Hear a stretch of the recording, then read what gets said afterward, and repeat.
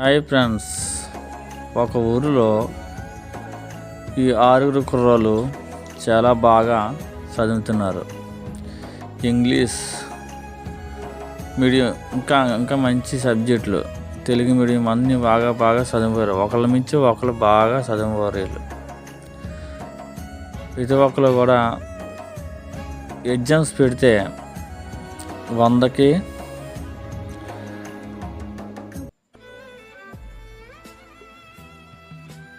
ఎగ్జామ్స్లోని ప్రతి ఒక్కరికి 100కి 90, 100కి 100,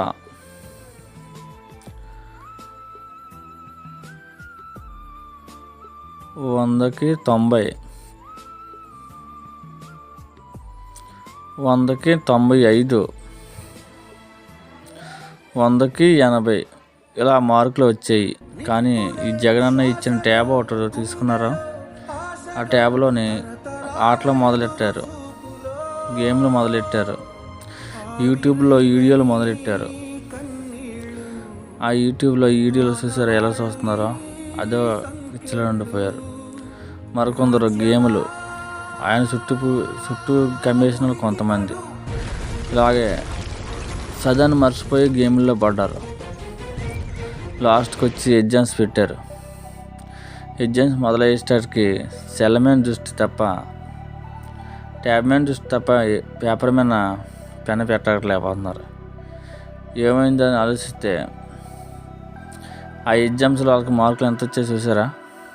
చూడండి, ఒకసారి చూపిస్తాను.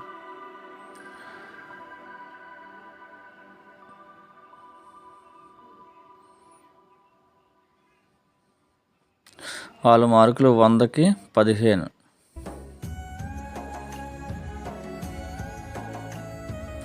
100కి 20.